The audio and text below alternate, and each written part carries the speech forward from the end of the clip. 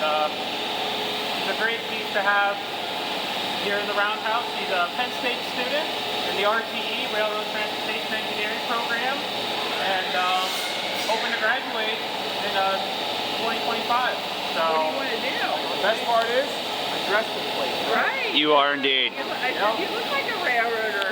Oh, I figured I might as well if I'm going to be doing this work. You know, Right. might as well look for it, right? Right. So what do you want to do when you graduate? Well, work for the railroad for sure. I've looked at a lot of different things for the railroad. Operations has always been a big one.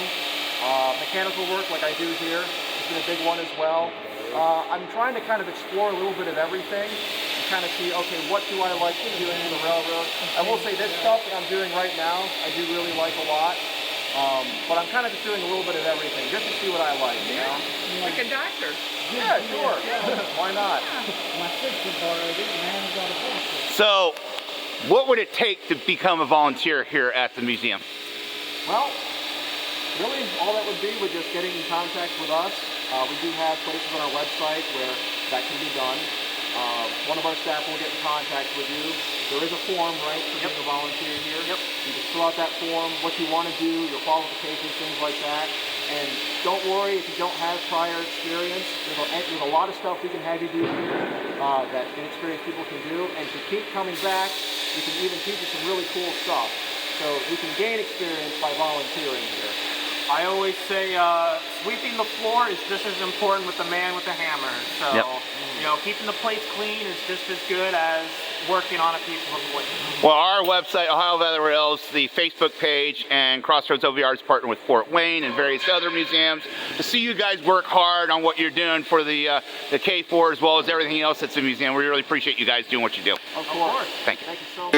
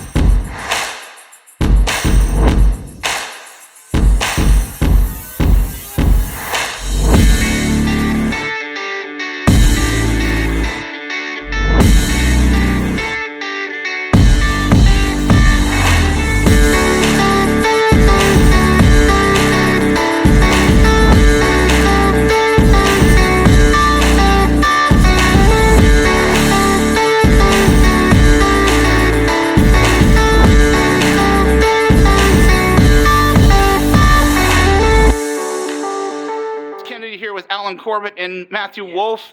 Alan is a member of the museum, has been for a while, and Mr. Wolff is the curator of this fine facility here in Railroad City, aka Altoona, Pennsylvania.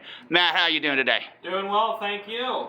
So, how long you been with the staff? So I've been curator for just a little under 2 months now, but I've been with the museum for almost 2 years. Good, good. Alan, what was your past experience with the museum when you visited here? There's a lot of interesting things that have occurred here in Altoona. I remember the derailment just down the road here. You know, that black horseshoe curve for what, 2 days? Yep. But yeah, it was not much going on, so I ended up having to instead of deciding to go to the curve, I just went home. Yeah. Because there's nothing. There was nothing to see going on up there. Right. We've Yeah. talked before. Okay. Before you were curator. Okay. Okay, and I did notice there's a lot of improvements, including the new interpretive space / roundhouse, as well as the stage. Can you tell me a little about both those spaces? Yeah, so last summer we were able to complete our new yard project going on, and actually here in April we're going to be opening our yard in a new yard dedication, and it's going to be a education / event space and a family outing. We have a good lineup of events going on in our yard. You can check those out on our website, railroadcity.org/websites. And educational for plan on having some display cases out there showcasing some bigger artifacts that we have in a family space to allow families to gather, sit outside, and enjoy the sun, hopefully. Well, Alan, thanks for coming today, and Matthew, thanks for having us today. We'll have more videos throughout the day. All right. Thanks. Well, we're back with Matthew Wolff and Cheri, who will greet you at the front door most days of the week that they are open. Thank you for taking your time. How long have you been with the museum, Cheri? A little less than a year. Okay. Now, have you lived in Altoona all your life, or? Yes, I have. Okay, so you definitely see the changing pace of what the railroads impacted the city, as well as this museum, how much of an asset it's been. Absolutely, yes. So, did you find it, hard to get into your volunteer role, eventually staff role, or? No, not at all. And I've actually learned quite a lot since I've been here. A lot more than I thought I would have learned. So, what do you do with the gift shop? I'm just curious.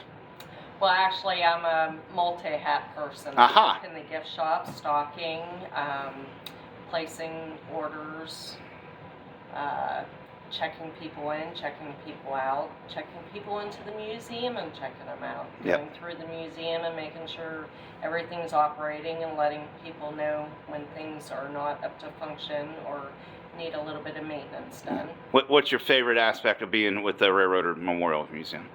The people, the stories. Good. Okay. Well, thank you for your time, and again, I'm looking forward to explore today. You're welcome. I don't know, because Matthew said, hey, there's something different on the website. What is that something different? You may go ahead to our website, railroadcity.org, and make any purchases you would like. Keep checking in. We're always adding new products. All right, good. Thank you, guys. Lots going on here. And this little stand right in the middle of it. We've got passengers going in and out of the old station. And across those mainline tracks, all that riveting and hammering and welding at the shops. And then we've got shopmen, office people, warehouse men and women coming across the 12th Street Bridge right above us. You know, the railroad's got 3 shifts going called tricks. 3 tricks. People working day and night. Guess that's why Lou says Altoona never goes to sleep. Neither does this newsstand. What do you want? Paper? Smokes? Pretzel? Candy? Oh no, this isn't my newsstand. I just watch this place for Lou. He owns it. He's here most of the time. But he's over eating lunch at Texas Hot Wieners, Tom and Joe's, or someplace else I forget which. Lou sells a lot of papers and a lot of other stuff out of this stand. It's at the right spot in a real busy town. Real busy railroad town. Hey, you wouldn't want to put a little money down on the fight tonight, would you? What's that? Oh, no. I'm sorry, I never. I'm Jimmy, Jim. Doesn't matter which. Just like about everybody here, I work for the Pennsylvania Railroad, too. Most of the time, they have me being a callboy, a messenger sort of. You know, finding the men, getting them to show up to work on time. A lot of boys like me doing it. Not a bad way getting started. Well, I'm working for the railroad, learning a lot, real fast. You know, my Uncle Tony, he started off as a callboy too, 20 years ago. Now, he's a gang foreman over at the car shops, on all those tracks. You know, I don't know how he doesn't go nuts in that place with all that metal and noise and all that stuff swinging around and all.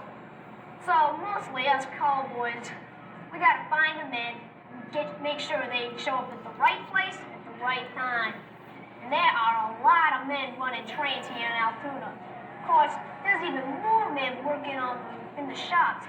Something like 15,000 men a day, they told me, 3 tricks a day. Now that is a lot in my book. Hey, this ain't no public library. You want to read that magazine, you gotta buy it. So where was I? Oh yeah, We call boys and messenger types. We got to know Altoona like the back of our hands. All the different train yards and shops and, oh man, all the neighborhoods where the men hang out. Even though the bars are supposed to be closed since Prohibition happened, we know where to find the men, whether they're catching a drink or some other type of pleasure we don't talk much about. So, these men, they don't all stay in one place. A lot of them have their own houses, stay in rooming houses, like over on, Little Italy, Dutch Hill, Jew Hill, Gambleville, some in Mudtown. And, I mean, these neighborhoods, they're packed. We got no streets there, houses, we got no types there. Take my place. My neighborhood's a county. Church, shops, clubs, everything. I mean, yeah, sure, it's Altoona, but it's another place too. You know what I mean? Yeah, I mean, these guys work together, but when they get off, they stay pretty tight with their own time. I mean, we got Irish, German, Polish, some colors, something like Mexican. I mean, there are some places you just don't want to go into. You know, you're not one of them. There's so many kids that are in gangs, and you even look at them wrong, and you are in a lot of trouble, believe you me. That's why I'm going fast, Jimmy. Don't let me kid you. This city's okay. People want to work, and they work. No joke. You know,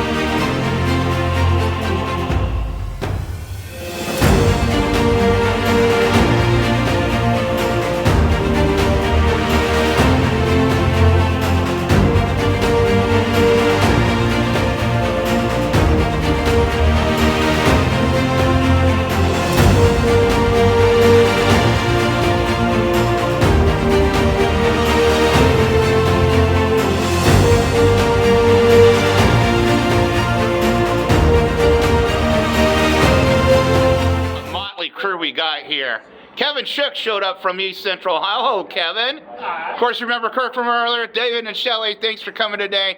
Alan Corbitt opted out because, you know, he's just chilling. He's soaking in the environment. Kevin, what's been your experience so far? So far, it's really good. It's kind of foggy on the drive up here today in some places I couldn't see. Kirk, you haven't been here in a while. What's your thoughts? It's good to be back and check out all the changes. I haven't been here since 2009, so I'm seeing a lot of changes. For example, that roundhouse. And I'm very excited to see that we're restoring old steam locomotives, like, is it 1361 to K4. You know, I'm glad to see that and learn about the history, and I don't know, it's just a fun adventure today. Cool. David, how you been enjoying today so far? It's definitely been a fun experience going around Horseshoe Curve, the new Allegheny Tunnel, and through Crescent, past the station end, and arriving into Altoona was a lot of fun. Shelly, how you been tolerating this? And just seeing how the country was made through the Pennsylvania Railroad. It's just been a really nice time. Cool. I'll do articles and videos later. Guys, thanks for coming today. You bet.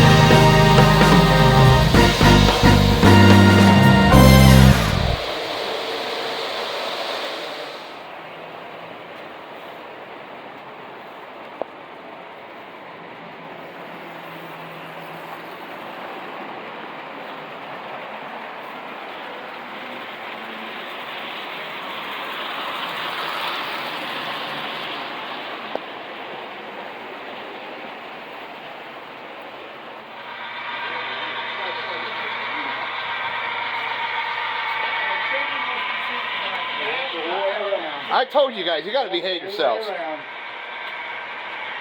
used to have that. My trouble is my layout is too small. I kept everything in the truck. Yeah, I live in a 16 by 8 mobile home. And I got a 5 foot by 9 foot A gauge layout in my bedroom that runs, it's got 3 trains constantly running in loops. 2 levels, end of them go traffic. We got a lot of that little layout. My layout's a 100-foot long pole barn. One room is 28 to 36. That's not really that. It must be nice.